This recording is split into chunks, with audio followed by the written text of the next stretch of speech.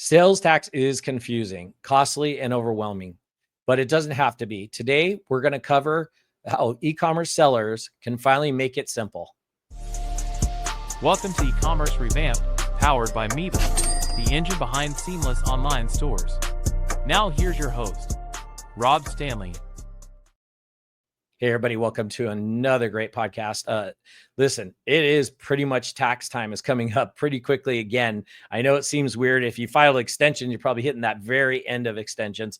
My daughter just called me today and she's filing taxes for the first time and she's just like pulling her hair out. She barely worked. She goes to college and she doesn't even understand this. And you know what? If you've been in the e-commerce world like I have for 20 plus years, man, it is confusing and it is definitely something that needs to be addressed. And I brought in just the right person. We're going to have Tom Hoops in from TaxCloud. Let's get him in here. Hey, Tom, how you doing? Hey, Rob, doing good. Yeah, thanks for having me. Excellent, excellent. So today we're going to be talking about e-commerce sales tax made simple, which I'm hoping you can make it simple because, man, it is a tough thing. And, I want to kick this off with the kind of first question that came to mind. And that is, why is sales tax for e-commerce so difficult? Why is it so complicated? Yeah, it's a great question.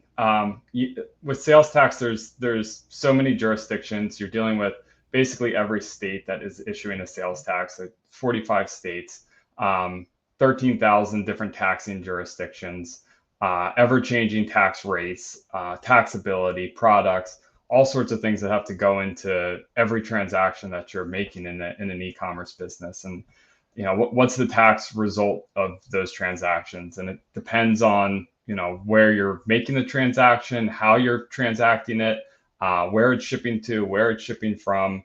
There's just so many factors that go into it that can affect the taxability.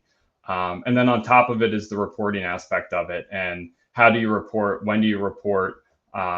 Making sure it's all done on time, making sure you're reconciling so that your amounts are correct.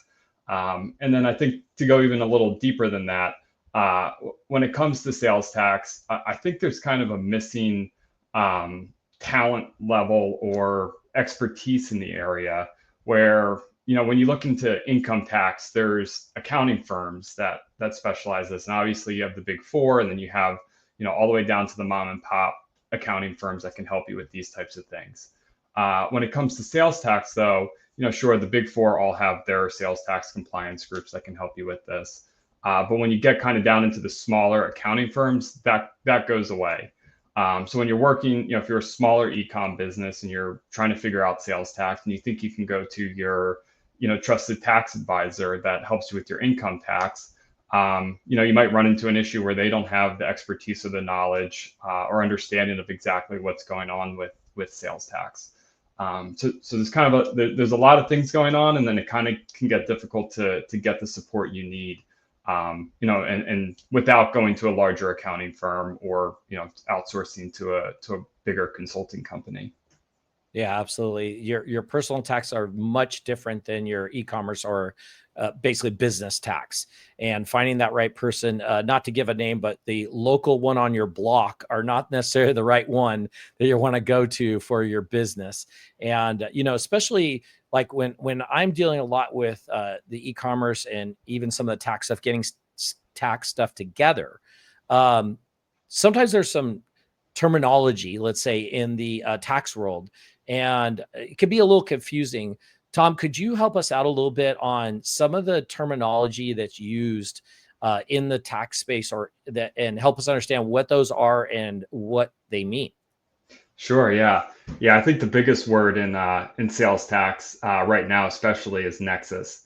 And what is nexus and how has it changed? And I know we'll get into the Wayfair decision and what happened there, but where do I have nexus? And what is nexus? And is it just economic nexus? And it's not the case. There's still physical nexus. So understanding that, and then situs. And sometimes people think, okay, I'm shipping it to this state. That's where I'm going to pay the sales tax, or that's the location I'm going to pay the tax to, or jurisdiction. However, there's some states where if this transaction is taking place within that state, the situs changes. So, where do I have to pay the taxes to? Is it the destination or is it the origin?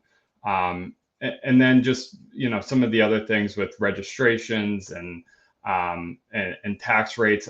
There's so many different things that go on with sales tax, and yeah, you can really spend a lot of time going into the rabbit hole. And luckily, companies like TaxCloud and other ones do a lot of that work for you, so you don't have to be as familiar with all the terminology with it. Here's one I hear all the time, and I'd love for you to kind of tell everybody what the terminology means and why it's important. EBITDA. Tell us about EBITDA. Yeah. We don't spend a lot with EBITDA with sales tax. Luckily we get to kind of stay out of that world. With sales tax, we're focused more on just your transactions and how your transactions are taking place. So yeah, that's actually a term that I luckily don't have to spend much time working in. Sure, but as a tax guy, you would probably at least be able to help an e-commerce seller or somebody understand what EBITDA means. And basically it's like your bottom line, right? So Right. which is something you need to know. And so you brought up a good point of different things you should know versus getting help for things. When you are dealing with e-commerce businesses, what are some of the pitfalls you've seen them get into, and what should they do to avoid those? Yeah, good question. One of the biggest things that I've seen is people rush sales tax. So they have this understanding they want to start working with a company who's going to start filing their sales tax returns. And they kind of take this huge approach of, I'm going to register everywhere, I'm going to start collecting everywhere, and I'll be all good. Sales tax is a pass-through tax. So, if you do it the right way and you collect it from your customers, the only out of pocket for you is going to be, the overhead to pay for whoever's filing your sales tax returns. So, with that, you're going to want to,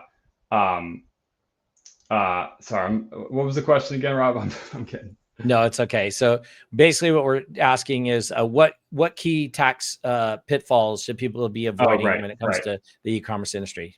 Yeah, so when you bite off more than you can chew, you start this project of registering everywhere, you start collecting tax everywhere, and the next thing you know, you're knee deep in it. It turns out to be a bigger project than you thought it was going to be. You started collecting tax, you're not registered to report the tax. I recommend take it step by step. Understand where your nexus is, where you have to register. Get registered in those states first. Turn on those states' tax collection, and then kind of do a rollout plan. So if you want to turn it on in every state, and you want to just get it done with and automate that side of things, that's fine to do. But make sure you have a plan to do that, and you don't bite off more than you can chew when you're going to register. Love that. Sticking with the nexus, let's loop around to multi-channel. A lot of e-commerce sellers have multi-channel. They're on different platforms, multiple platforms selling. How should multi-channel sellers handle nexus and registration, dealing with that basically when they're on a multi-channel? Yeah. If you can centralize where all of your transactions are being stored for sales tax, I mean, that's the best way to do it. A state's not going to care if you sell it through Amazon or if you sell it out of a physical store location. That they don't care where the transaction, how it's taking place. So kind of understanding that aspect of it, and just kind of working from there.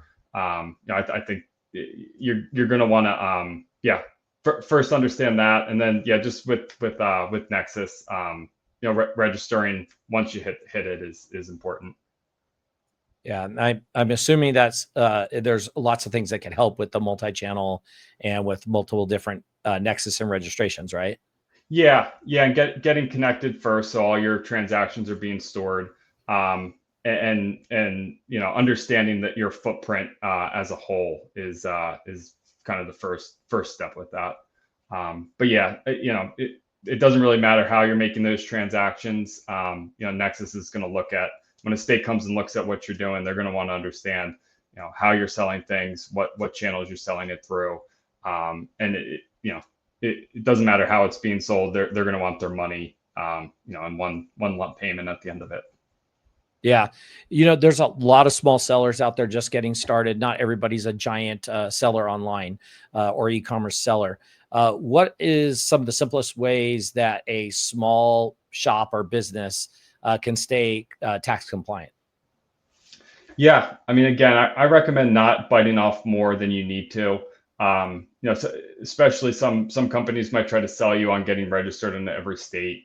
Some accounting firms might recommend that. So starting small, just registering where you need to, understanding, the path forward for yourself too. So if you do have an idea that you're going to hit Nexus in a state, but you're doing a registration project in other states right now, like maybe we will loop that state in, or putting a plan together to make sure that that you understand, where you're going to register, when you're going to register. If you're approaching Nexus, maybe we register now instead of waiting.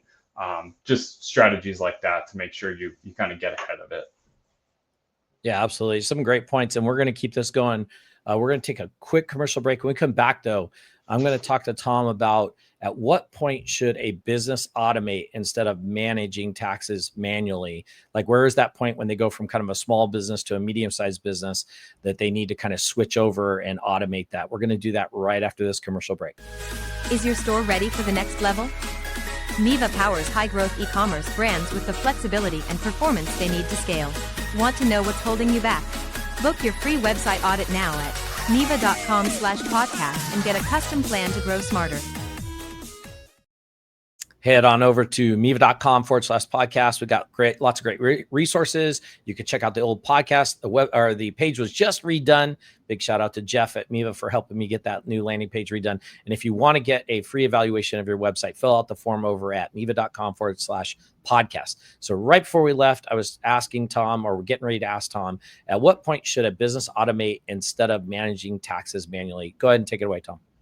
Yeah. So it really depends on the business and where you're registered for sales tax.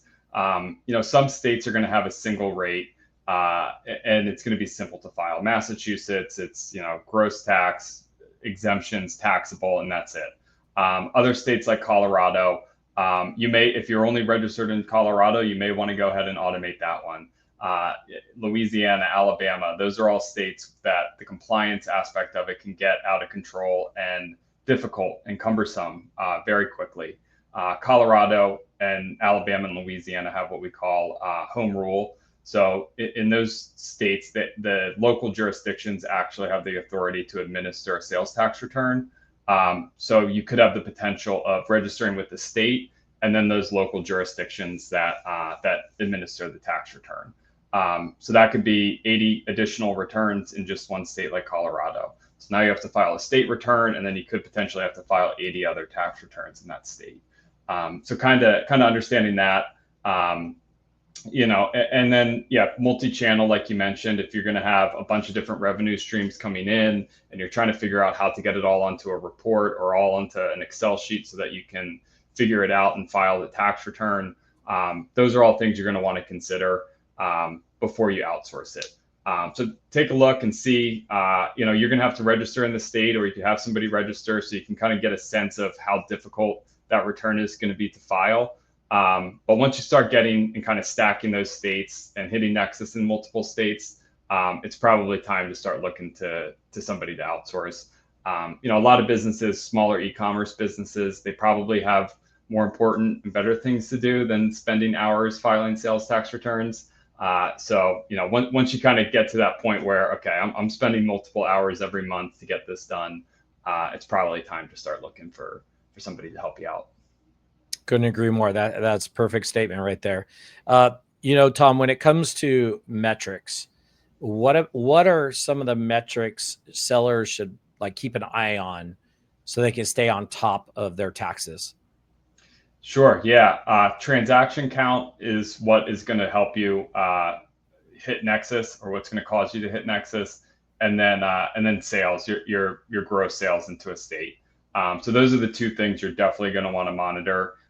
The other thing too is employees. So where do you have employees? Are they, are you a remote company that is hiring people in multiple states? That's something you're going to want to consider, and ask employees too, because I've seen it where, you hire somebody in one state and then next thing you know, they move across the river. I used to live in Philadelphia and then moved to New Jersey.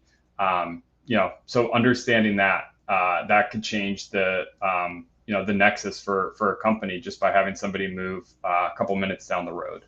Kind of understanding those types of things is really important. Yeah, absolutely. I was born and raised in California, in the Bay Area specifically. You could just drive 30 minutes and you're in a different like tax bracket, different sales taxes charged. It Yeah. usually didn't vary too much, but it still could vary, and that's one of those things you got to be aware of. Just like you said, moving just from one state to the next can definitely vary a lot. I was reading this article a while back, and it was kind of a long article, and it was talking about SST, which I had to Google it, by the way. Streamline Sales Tax Program. Could you explain what a streamlined sales tax program is, please? Sure. Yeah.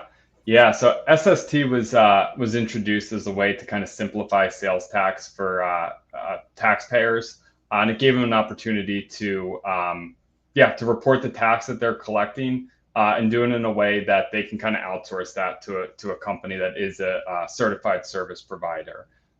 So being a certified service provider, you have to go through you have to check some boxes with the SST organization, and get into a standing with them where you're able to transmit those returns to those individual states. And part of that program is simplifying the return process. At TaxCloud, the company I'm at, we are a certified service provider. We are part of the SST program, and it allows us to being part of that program. There's different tiers of it. The main tier that we file under is we can't charge for the tax returns that we file. So it kind of gives a low cost option to taxpayers to pay their sales tax. And then the way it works for us is we get some money back from the state for all the tax revenue that we report. So it kind of works out for everybody. It gives the businesses we work with a low cost option, and then we get in return paid by the state to do so. Excellent.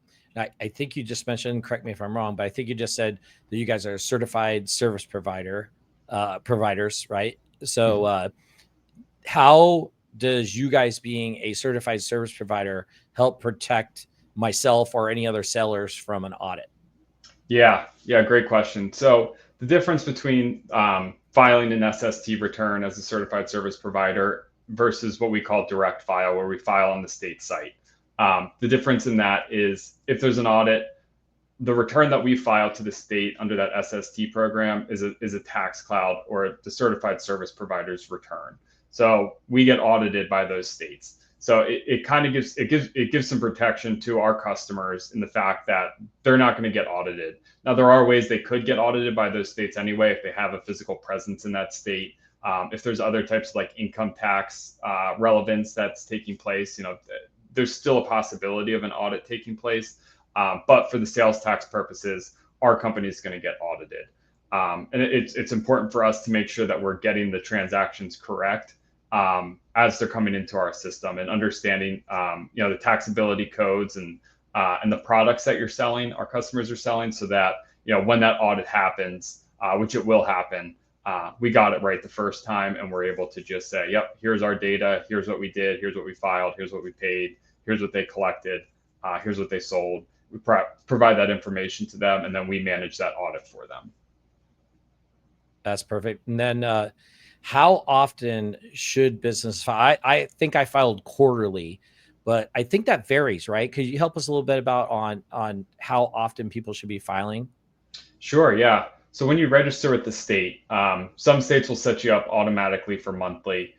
Some states will set you up automatically for quarterly. And then some states, as you fill out that registration form, it's going to ask you to estimate your sales for, usually the quarter or the year, or, whatever the states want to go with.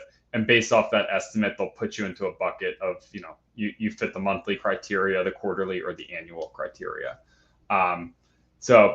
So really kind of doing that. And then also once you are having transactions and you're filing those tax returns, if you originally registered for an annual or quarterly, but then you fall, as you're reporting those returns, states will periodically go through and monitor that, and they'll change your filing frequency. So they'll issue a letter that says, hey, you're changed from quarterly to monthly, or annual to monthly, or monthly to quarterly, quarterly to annual, things like that. So you're make sure you're monitoring your sites and your letters that are coming to you in the mail, so that if something like that does change, you can make sure you get it updated. Other states too, California and New York, you file quarterly. You might have to make a monthly prepayment to those states, but then the returns are due quarterly.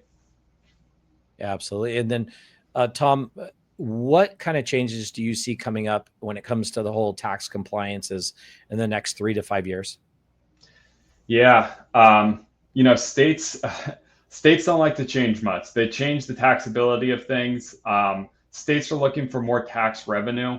So I kind of see sales tax in general just kind of staying as it is. You now file online. I think there'll be some changes. I'm sure AI is going to change things. I'm sure the filing component of things will get changed either through the states, which I see less likely, more likely through some of the technology companies that are getting into sales tax. But states, they're kind of missing out on a little bit of revenue, and they're seeing their numbers dip a little bit. And I think a lot of it, it's kind of the remnants of COVID, where people were staying home more. They weren't going out. They're shopping online. They're watching Netflix instead of going to the movies. They're ordering DoorDash. People are staying in more, and that's kind of hurting states in a way where people aren't going out and they're not buying things. They're not, going to the movies and things like that. So states are trying to, and some states are trying to get things, change the tax rulings on things where they can start charging sales tax and forcing their taxpayers to collect tax on things that were previously tax exempt. So there might be some change in services and things like that could kind of switch from being not taxable or exempt to now being taxable. I love that. Who goes to the movies anymore?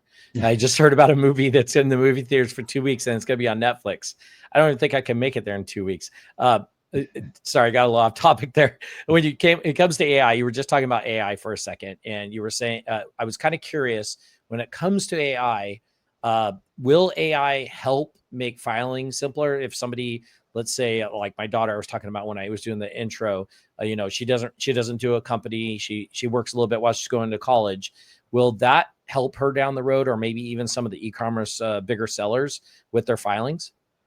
Yeah, absolutely. Yeah, I know businesses have already started trying to, figure out how they can use it and are using it, just to do the tax filings and try to complete that and automate those, is a big piece of it. I mean, a lot of what we're doing is the data entry and how can we make that simpler?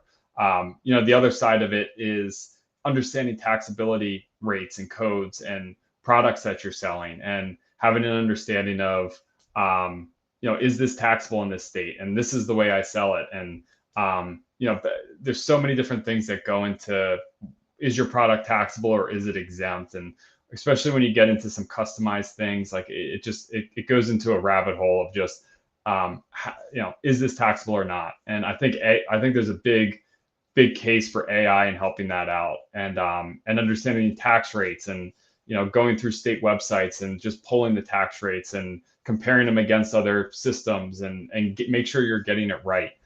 You're dealing with 13,000 taxing jurisdictions, 13,000 different tax rates. There's just so much room for error when you're dealing with those numbers and when they're constantly changing and updating.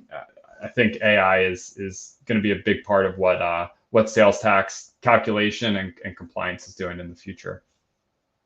Absolutely. And couldn't agree more. And I think it's just going to integrate more and more and help more and more.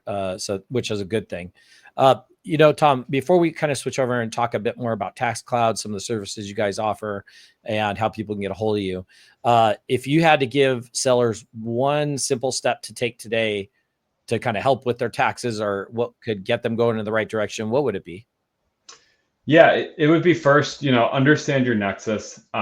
Get a good look at your data. If you have multiple revenue streams, compile that in a way where you can get a sense of it. There's options out there that are free that can kind of help you with that, or low cost solutions to kind of get your foot in the door with sales tax. Don't fall behind in it. I've seen it a lot in the consulting world where you fall behind in sales tax and now you're dealing with the VDA, you're dealing with penalty, you're dealing with interest. So get ahead of it. If you have fallen behind, you got to stop. You got to stop thinking it's going to clear itself up by itself. It's not going to happen. Try to jump on it, and just start addressing those things, and break it down piece by piece, and start to get it figured out. Perfect answer. Tom, tell us a bit about TaxCloud, what kind of service you guys offer, how you help some of these e-commerce sellers. Maybe also kind of just like, suggest what point should people be reaching out to TaxCloud? Is it day one when they start a business, or is it as they, start to grow? Yeah.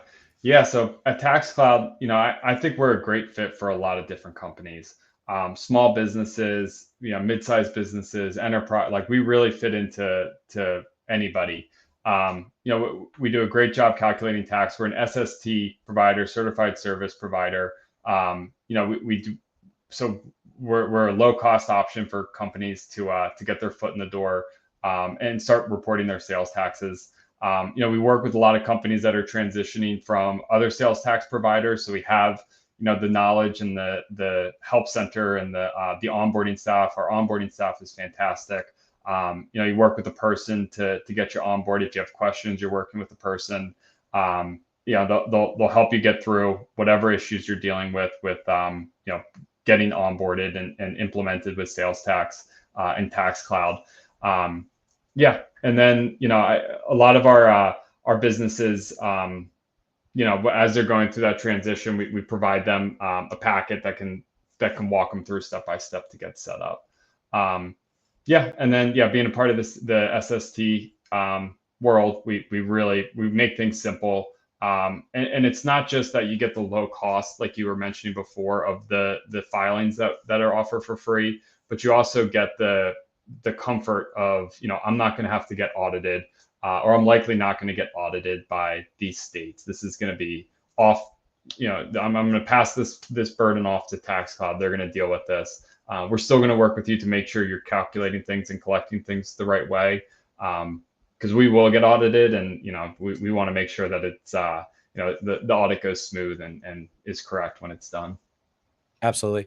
And listen, if you're either a Miva client or thinking about becoming a Miva client, TaxCloud is a partner of ours. Integration is built in. We're all there together. They're great to help out if you need any questions or have any questions regarding taxes. Tom, just tell everybody how they get a hold of you, or the website, if they want to get more information or follow up on this. Sure. Yeah. TaxCloud.com. There's our pricing's out there. Everything's out there. Check us out, get in touch with sales if it's something you're interested in. So TaxCloud.com. It's that simple, just like it sounds. So for everybody who's out there listening, it's TaxCloud, TaxCloud.com, TaxCloud.com. It's easy. It's easy to find out. Reach out over there. They have plenty of people over there to help you. If you have any questions, you can definitely get a hold of them. And if you're thinking about moving over to Miva or even on other platforms, reach out to TaxCloud to help you with all your tax needs. Tom, appreciate you coming on the podcast. You provided a lot of good information. Unfortunately, I think some people, they just don't think about taxes till the last minute. So hopefully this will be a way for people to kind of get involved now, think about it now, think about things you need to do now to make your taxes much easier, either this year or possibly next year, depending when you're listening to this. But thanks again, Tom, for coming on. Thanks to TaxCloud for being a sponsor of Camp Miva and also being a partner of Miva. We really appreciate you guys, and we'll see everybody on the next episode. Thank you, guys. Thanks for tuning in to E-commerce Revamped. Ready to find out what's holding your site back? Get a free expert audit at Miva.com and see where you're leaving money on the table. Until next time, keep your carts full and your customers coming back.